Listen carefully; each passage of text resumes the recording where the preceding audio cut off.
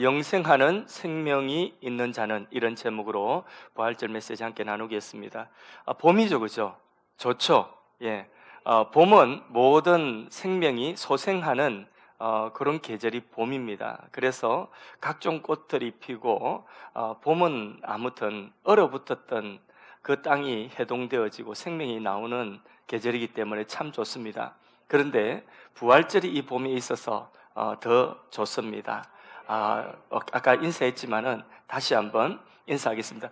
봄이 왔습니다. 예수님도 부활하셨습니다. 봄이 왔습니다. 예수님도 부활하셨습니다.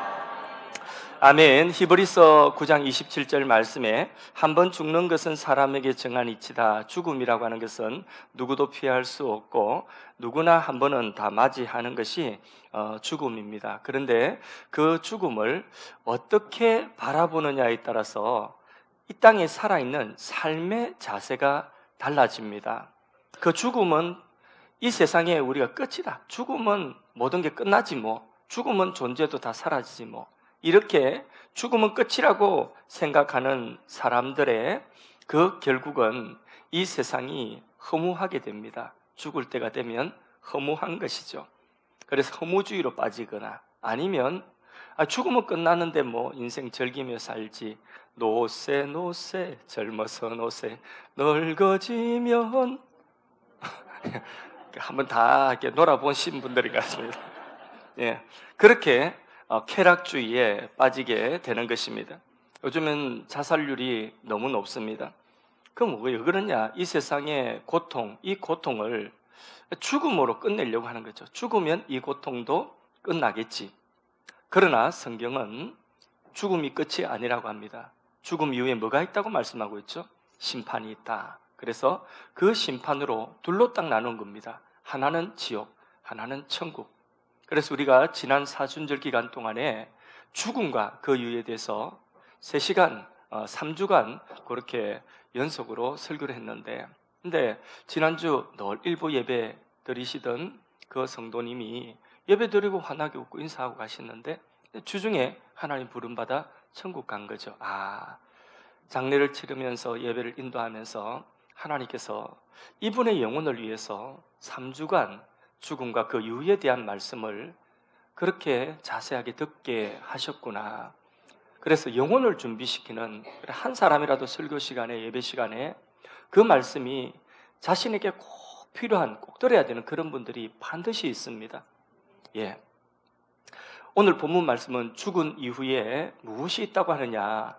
천국과 지옥뿐만 아니라 죽은 이후에 몸이 부활하는 몸의 부활도 있을 것이라고 씨앗의 비유를 통하여서 우리에게 설명을 하고 있습니다. 아이고 뭐 죽으면 그만이지, 죽은 사람이 어떻게 해서 다시 살아나, 부활이 어디 있어, 이런 말들을 하기 쉽지만은, 그러나 그런 사람들에게 씨앗이라고 하는 것을 통하여서 죽은 이후에 몸의 부활이 있음을 설명하고 있습니다. 35절에서 38절까지 화면 보시고 같이 본문 말씀을 다시 한번 합독하십니다. 누가 묻기를 죽은 자들이 어떻게 다시 살아나며 어떠한 몸으로 오느냐 하리니, 어리석은 자여, 내가 뿌리는 씨가 죽지 않으면 살아나지 못하겠고, 또 내가 뿌리는 것은 장래의 형체를 뿌리는 것이 아니요 다만 밀이나 다른 것의 알맹이 뿐이로되, 하나님이 그 뜻대로 그에게 형체를 주시되 각 종자에게 그 형체를 주시느니라. 아멘. 여러분, 씨가 있지 않습니까? 생명 있는 씨. 이 씨를 땅에 뿌릴 때에 씨 모양만 보면, 우리가 농부가 아닌 이상은 이 씨가 장차 어떤 나무가 될 것이며 어떤 꽃과 어떤 열매를 그걸 피고 맺게 될 것인지 우리는 그 씨 하나만 봐서는 모르지 않습니까? 우리 농부가 아닌 이상은 모릅니다. 그렇게 그 씨가 땅에 심겨지면 흙에 삼켜서 썩는 것 같지만은 그 씨에서 씨눈이라고 하는 것이 나와가지고 그게 각종 나무가 되고 꽃을 피우고 열매를 맺게 되는데, 이 씨 속에, 이 씨눈 속에 뭐가 있느냐? 그 되어질 나무와 열매와 꽃이, 그 정보가 그 속에 고스란히 다 들어있는 것입니다. 참 신기하죠, 그죠? 이와 같이 부활도 이와 같을 것이다. 지금 우리가 육체를 가지고 이 육체만 봐서는 죽고 난 이후에 부활이 어떤 모습인지, 뭔지 그것을 다 알 수가 없지만은, 그러나 이 육체 속에 신혼과 같은 그런 영원한 생명이 있는 사람, 그 생명이 있는 사람은 바로 내세에 대한 정보를 이 육신이 가지고 있는 그 생명 속에 그 정보가 다 담겨 있다는 거죠. 그래서 그 정보대로 어떤 이는 생명의 부활로 나오고 어떤 이는 심판의 부활로 나오게 될 것이다. 생명의 부활을 입은 자들이라 할지라도 그 부활의 모습은, 그 영광은 각각 다를 것이다. 그것을 또 설명하고 있습니다. 자, 41절 말씀. 해의 영광이 다르고, 자, 41절 말씀 같이 읽습니다.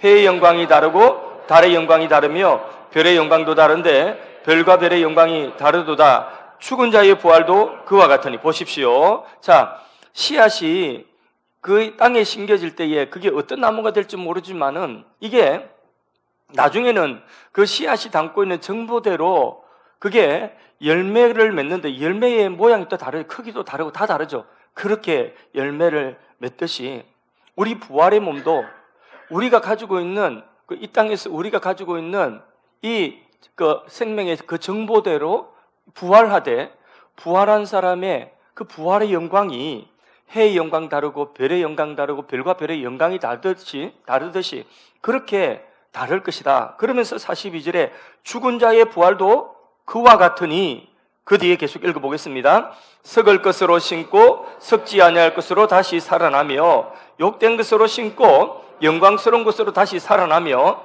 약한 것으로 심고 강한 것으로 다시 살아나며, 육의 몸으로 심고 신령한 몸으로 다시 살아나나니. 아멘. 예, 이 땅에서 육신의 몸을 입고 하늘나라 위하여서 심는 것에 따라서 그 정보가 고스란히 천국 하늘나라로 올라가서 부활할 때에 신령한 몸으로 부활하는데 부활의 영광이 각각 그렇게 드러나게 될 것이다. 이래 말씀을 하고 있는 것입니다. 저는 과학이 발달되는 것을 보면서 진짜 부활이 있겠구나, 안 그래 성경 말씀을 통해서 확신하지만은 부활이 과학적으로도 이거 이야기하고 있구나, 이렇게 생각을 해보게 됩니다. 벌써부터 한 20년 전부터 인간의 동물의 체세포, 그 체세포만 가지고 뭐 동물의 정자 난자가 아니라 체세포, 세포 떼 가지고 그 세포 안에 있는 정보를 가지고 똑같은 동물을 복제하는, 그래서 양도 복제해내고 소도 복제해내고, 이 복제하는 기술이 벌써 20년 전에, 그 전에 이미 복제양을 만들어내고 이랬습니다. 기억나시죠? 그죠? 인간에 대한 부분은 이 윤리적인 문제가 있기 때문에 접근하지 못하죠. 이게 하나님의 창조의 능력에 이게 도전하는 인간의 과학의 그런 도전이라고 볼 수 있겠지만은, 또 한편으로 생각하면 이런 것들을 볼 때에 부활도 얼마든지 가능하겠구나 하는 생각도 해보게 되는 것입니다. 여러분, 자, DNA라고 하는 이 작은 세포 속에 있는 DNA 속에 뭐가 있느냐? 인간 또 동물, 그 속에 있는 정보가 다 들어있지 않습니까? 동물 같으면 그 세포 하나 가지고 그 DNA 속에 있는 그 정보를 가지고 체세포 복제를 해내가지고 그 정보와 똑같은 동물을 복제해낸다는 거죠. 그게 원리거든요. 그게 이제 가능하다 하고 이미 인간이 그 부분까지 시도를 했어요. 그리고 성공을 했어요. 언젠가 인터넷 뉴스에 보니까 400여 년 전 이상 된 조선시대 여자 미이라가 아주 잘 보존이 된 게 발견이 됐는데, 그 사람이 죽은 원인이 뭐냐? 기생충 감염 그리고 폐흡착으로 인해서 사망했다. 사망 원인이 나오는데 무엇으로 알아낼게요? DNA 정보 가지고 그거를 알아낸 거죠.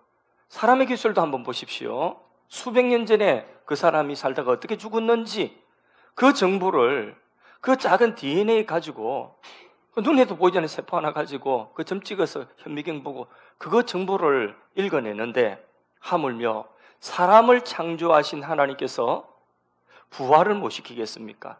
요즘 과학을 보니까 부활은 당연하다. 우리의 몸이 어떻게 흙으로 어떻게 원소로 돌아가더라도 그래도 그 몸 안에 있는 그 정보를 가지고 하나님 다 우리를 부활하게 하시는 것입니다. 부활은 틀림없습니다. 그러면 그 부활은 어떤 사람은 생명의 부활로, 어떤 사람은 심판의 부활로 나올 것이다. 그 부활의 생명, 우리가 생명 부활한다고 한다면 생명 부활하는 사람은 죽어도 살겠고 살아서 나를 믿는 자는 영원히 죽지 아니하리라 한 죽어도 살고 몸이 또 부활하는 그 생명, 또 죽음을 통과해서도 여전히 그 생명이 연속되어지는 그 생명, 그 참 생명은 어디에 있는 것일까요? 그 생명의 연속성은 시를 보면 시에도 시눈이라고 하는 것에 생명의 연속성이 있지 않습니까? 그래서 죽은 것 같아요. 땅에 묻혀가지고 썩은 것 같아요. 그런데 거기에서 생명이 나오죠. 생명의 연속성이 있죠. 그런데 이전과 상상할 수 없는 나무가 되고 각종 꽃을 피우고 각종 열매를 맺지 않습니까? 그죠? 그 시 속에 다 정보가 들어있었잖아요. 그 정보대로 다 그 나무가 되고 열매가 되는 겁니다. 이와 같이 자, 우리 사람도 죽어도 그 생명의 연속성이 있고 우리의 죽은 그 몸도 흙으로 돌아갔다가 다시 부활되어지는 그 생명, 그 생명은 어디에 있을까요? 우리의 심장? 예, 우리의 심장 하트? 아니, 우리 뇌? 어디에 그 생명이 있을까요? 예, 우리 영혼에 그 생명이 있는 것입니다. 사람이 죽어서 잠시 화장을 해서 뿌리든지 어떻게 되었든지 간에 흙으로 돌아가지만은 사람의 영혼은요, 죽어서 소멸되지 않습니다. 이 땅에 살면서 연세가 많아서 치매도 오고 가족들도 기억 못한다 할지라도 살아생전에는 그렇지만은 선망도 오고 이래가지고, 그러나 죽음을 딱 통과하고 나면 그 영혼이 소멸하는 것이 아니라 그 영혼의 의식이 더 분명해지고 그 영혼의 정체성이 분명해지는 것입니다. 더 또렷해져요. 성경이 그걸 말씀하고 있어요. 그래서 그렇게 그 영혼이 생명의 연속성이 있을 뿐만 아니라 또 이후에 주님 재림하시는 그때에 우리 죽은 그 몸도 다시 살아난다, 부활한다. 예, 그 부활하는 그 생명이 어디 있느냐? 바로 우리 영혼에 있다는 것이죠. 그래서 영혼이 사는 생명, 죽은 몸도 다시 살리는 생명. 자, 우리 주 예수 그리스도를 죽은 자 가운데서 살리신 이의 영, 그 영이 하나님의 영이죠. 성령이죠. 그 성령께서 예수님을 죽은 자 가운데서 살리신 것과 같이 우리가 어느 날 주 예수를 믿을 때에 그 살리는 영이신 성령이 우리 안에 오셔서 우리의 이 우리 영혼을 살리셨어요. 그리고 우리 안에 영원히 죽지 않는 생명을 주셨어요. 그 영원히 죽지 않은 생명을 주신 그 사건을 뭐라고 했냐면 중생이다, 거듭났다, 중생을 우리는 입은 거죠. 성령이 우리 영혼을 살리셨습니다. 그래서 우리 안에 영원히 죽지 않은 생명이 이제는 소유하게 되고 우리 안에 그 생명이 있어요. 그리고 그 성령께서 나중에 우리 몸이 죽는다 할지라도 죽었던 몸이라 할지라도 그 정보대로 그대로 다시 신령한 몸으로 다시 살리시는 그 부활, 성령은 마지막 날에 우리의 몸도 다시 살리실 것입니다. 예수님 몸과 같이 그렇게 다시 살리실 것입니다. 그래서 우리의 영혼의 그 생명은 연속성이 계속 있는 것입니다. 자, 그 생명이 어디 있다고요? 지금 우리 영혼에 있습니다. 생명이 귀한 것이라면 귀한 그것에, 생명이 있는 곳에 우리의 삶에 초점을 두고 거기 투자하며 살아야 되는 거죠. 근데 사람들은요, 어리석게도 잠시 살다가 벗어 갈아입을 옷, 육신의 흙으로 돌아갈 이 옷, 이 육신을 위해서 모든 것을 투자하고 자기의 재능, 시간, 모든 것을 육신을 위하여 투자하며 살아가는 삶은 정말 어리석은 삶인 것입니다. 영혼의 때를 준비하며 살아가야 되는 것입니다. 영혼을 더욱 건강하게 하고 가꾸면서 그렇게 우리가 영원한 생명이 우리 안에서 그 영혼의 때를 준비하도록 그렇게 살아가야 되는 것입니다. 영생하는 생명을 가진 사람은 이후에 우리가 부활할 뿐만 아니라 영생하는 이 생명, 부활의 생명을 가진 사람은 이 땅을 살아가면서도 하나님이 주신 모든 좋은 것들을 누릴 수가 있습니다. 반면에 생명이 없으면 하나님이 아무리 좋은 것 주셔도 잘 누리지 못합니다. 육신의 생명도 그래요. 육신의 생명도 가물가물해지고 나이가 많아지고 그러면 이빨도 빠지고 그래가지고 아무리 좋은 것 있어도 씹지도 못하고 먹어도 소화도 안 되고 누릴 수 있어요, 없습니까? 아무리 좋은 것 있어도, 아무리 맛있는 음식이 있어도 다 누리지 못하는 거예요. 그게 뭐냐면 육신의 생명도 이게 점점 약해지니까 못 누리는 거, 좋은 거를. 우리의 영혼의 생명도 없거나 우리의 영혼의 생명이 희미하거나 힘이 약하면 하나님이 주신 좋은 것들을 누리지를 못하는 거예요. 그래서 하나님이 우리에게 좋은 것 주시지만은 그 좋은 것, 예를 들어서 가정이라고 하는 좋은 공동체를 주셨다. 그러면 이 얼마나 감사한 일입니까? 그 자체로 감사해야 되는데 그 안에 티격태격하고 행복을 누리지 못합니다. 그 왜 그러느냐? 하나님 주신 것을 누릴 수 있는 능력이 부족한 거예요. 그것은 원인이 뭐냐? 그 안에 하나님 주신 이 영혼의 생명이 약하기 때문에 그런 것입니다. 문제는 누리지 못한 데 그치지 않고 하나님 주신 것을 깨뜨리고 파괴하는 일을 한다는 거죠. 사랑할 능력이 없는 사람이 함께 살면 무덤덤하게만 살까요? 아닙니다. 결코 그렇지 않습니다. 무덤덤하게만 살면 다행입니다. 차라리 깨뜨립니다. 상처 줍니다. 파괴합니다. 후벼 팝니다. 그게 뭐냐? 사랑할 능력이 없는 사람이 함께 살면 생기는 일인 것입니다. 가정에서도 마찬가지고 교회에서도 마찬가지입니다. 생명의 능력이 내게 없어. 그러면 그 사람은 하나님 주신 은혜를 누리지 못하는 것입니다. 그런데 생명의 능력이 내 안에 가득해요. 충만해요. 영혼의 생명의 능력이 충만하면 하나님 주신 모든 것이 다 꽃들도 바람도 새들도 노래하라 찬양하라 감사하며 살아갑니다. 그런데 그 생명의 능력이 내게 가물가물하거나 이게 심지어는 없는 사람은요, 그런 사람은 그냥 교회만 왔다 갔다 하는 게 아니에요. 그렇다면 오히려 다행입니다. 그런데 그런 사람이 직분을 받고 그런 사람이 어떤 책임을 맡으면 공동체 상처를 줘요. 공동체를 깨뜨립니다. 그런 사람이 만일에 목사라고 한다. 그렇다면 그거는 큰 재앙입니다. 능력이 없으니까 화내고 능력이 없으니까 감사하지 못하고 불평하고 원망하고 남 탓하고 환경 탓하고 능력이 없으니까 무례한 거죠. 그러나 생명의 능력이 있으면 집안으로 따지면 집안에 환경이 좋지 못하고 가난하게 살아도 그래도 그 안에서 사랑하고 감사하면서 살아갈 수 있는 거죠. 이게 뭐냐면 생명의 능력이에요. 공동체, 교회 공동체도 이런 능력, 생명의 능력이 가득하면요, 교회 환경이 좋지 못해도 예를 들어서 지하실에 삼각교에 있어도요, 그래도 그 안에 기쁨이 충만하고 늘 감사한 것입니다. 그게 뭐냐면 생명의 능력, 하나님 주신 모든 것들이 꽃들도 바람도 새들도 다 감사하라 감사하라 이래 되는 것입니다. 능력이 없으니까 화내죠. 능력이 없으니까 싸우죠. 능력이 없으니까 시기하죠. 능력이 없으니까 무례한 것입니다. 화내고 싶어서 화내는 거 아니에요. 무례하고 싶어서 무례한 행동을 하는 것이 아닙니다. 사랑할 수 있는 능력이 없으니까, 용서할 수 있는 능력이 없으니까, 그러니까 표현할 수 있는 것이 그것밖에 없어요. 화내고 시기하고 화내고 무례하고 그것밖에 없어요. 그러니까 서로 찢고 상처 주고 깨뜨리는 일을 하는 거죠. 불쌍하죠. 그게 뭐냐면 생명의 능력이 없는 자가 하는 일이에요. 어릴 적에 국민학교 다닐 때에 좋아하는 여학생이 있으면 우리 남자친구들이 주로 그 좋아하는 여학생에게 그 좋아한다는 표현을 어떤 식으로 했는 줄 아십니까? 예, 머리카락을 잡아당기고 도망을 간다든지 아니면 책상에 줄 꺼놓고 넘어오면 다 내 거라고 38선이다고 이러면서 넘어오면 그거 지우개든 뭐든지 다 그거 빼앗아 가지고 안 돌려주고 돌려달라고 하면 그거 가지고 도망가고 재밌다고 하고 그렇게 하고 고무줄 놀이하면 그 여학생이 고무줄 놀이하는데 어김없이 어디선가 나타나가지고 고무줄 끊고 도망가고 그렇게 하면서 고무줄 끊을 때에 그때에 그 남학생의 마음 가운데 내 마음 알지? 이거 표현이에요.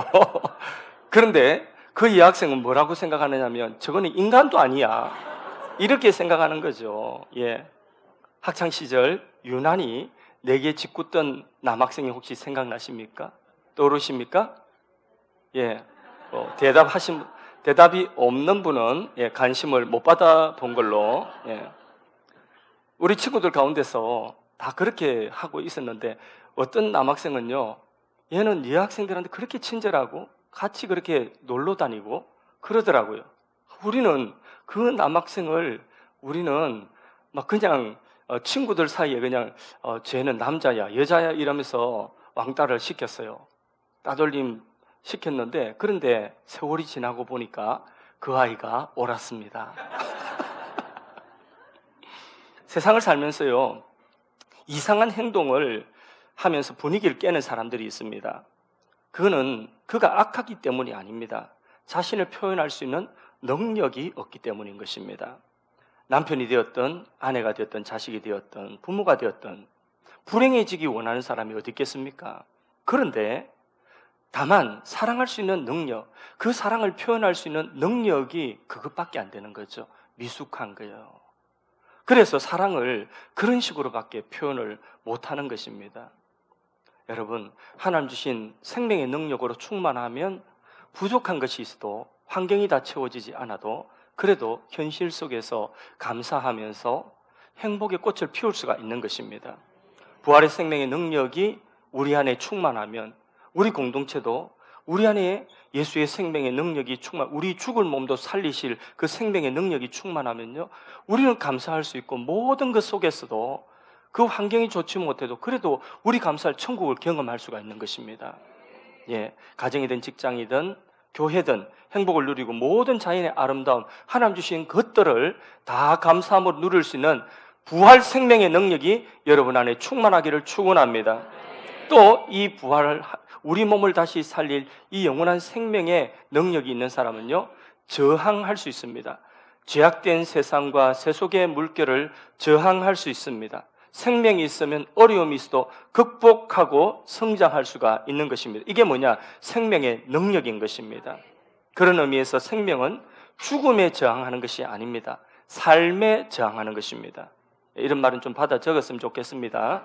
예, 우리의 삶의 조건이 다 좋아서 그러느냐, 다 좋아서 만족하느냐, 그게 아닙니다. 조건이 만족되면, 얼마만큼 그는 만족되면 행복할 수 있겠습니까? 대학 붙으면요, 아니면 저 사람하고 결혼하면요, 아니면 어떤 원하는 집에 살면요, 예, 그것으로 만족할 수 없습니다. 그런 모든 것 다 가져본 사람이 성경에 나옵니다. 솔로몬 왕이죠. 다 가졌습니다. 그런데 그 솔로몬 왕이 그 전도서에 보면 그런 모든 것들을 가진 것 다 뭐라고 하느냐? 헛되다 이렇게 말합니다. 허무. 이거 가지면 뭐하냐? 이거 누리면 뭐하냐? 누리보고 나서 허무하다는 거예요. 허무. 그게 뭐냐면 그의 생명이 그때에 희미하다는 거예요. 그 생명이 힘을 발휘하지 못한다는 거예요. 해 아래서 수고하는 모든 수고, 그 모든 수고도 헛되다. 그러면서 솔로몬이 전도서에 고백하는 고백이 뭐냐? 그런 모든 수고, 모든 만물이 피곤하다는 거예요. 사람이 말로 다 할 수 없다. 모든 것이 만사가 피곤하다. 병들고 우리 육신의 생명도 약해지면 모든 것이 피곤하고 만사가 귀찮죠. 예, 그게 뭐냐면 육신의 생명도 약한 증거예요.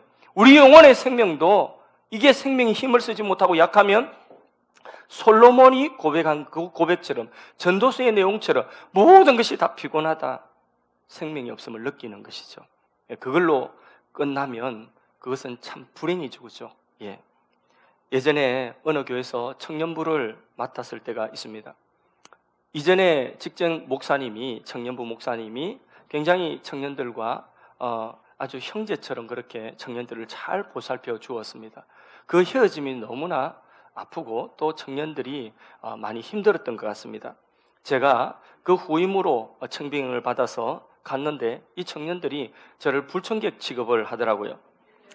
마주쳐도 인사도 안 해요.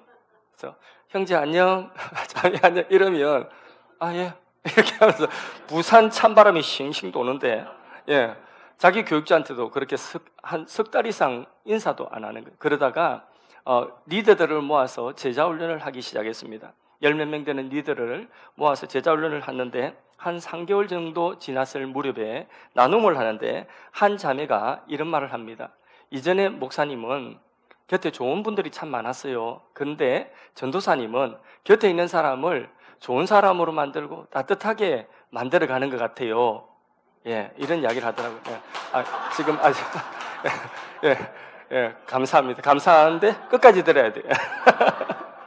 너무 좋아서 울 뻔했습니다. 예, 정말 최고의 칭찬, 선물을 받은 거죠. 근데 그 이후에 다시는 그런 말을 들어본 적은 없어요. 하나님이 저에게, 목회하는 저에게 이 말을 그 자매 입을 통하여서 선물로 주시고, 그런 목회를 하라고 하나님 저를 격려해 주시고 저의 목회의 방향을 주신 것이다, 이렇게 생각을 합니다. 예. 그래서 그 말대로 사람을 살리고, 그리고 주위에 좋은 사람들을 만들어가고 세워가는, 그게 목회 아니겠습니까? 생명은요, 악조건 속에서도, 환경이 좋지 못한 가운데서도 생명은 더욱더 그 생명다워지는 것입니다.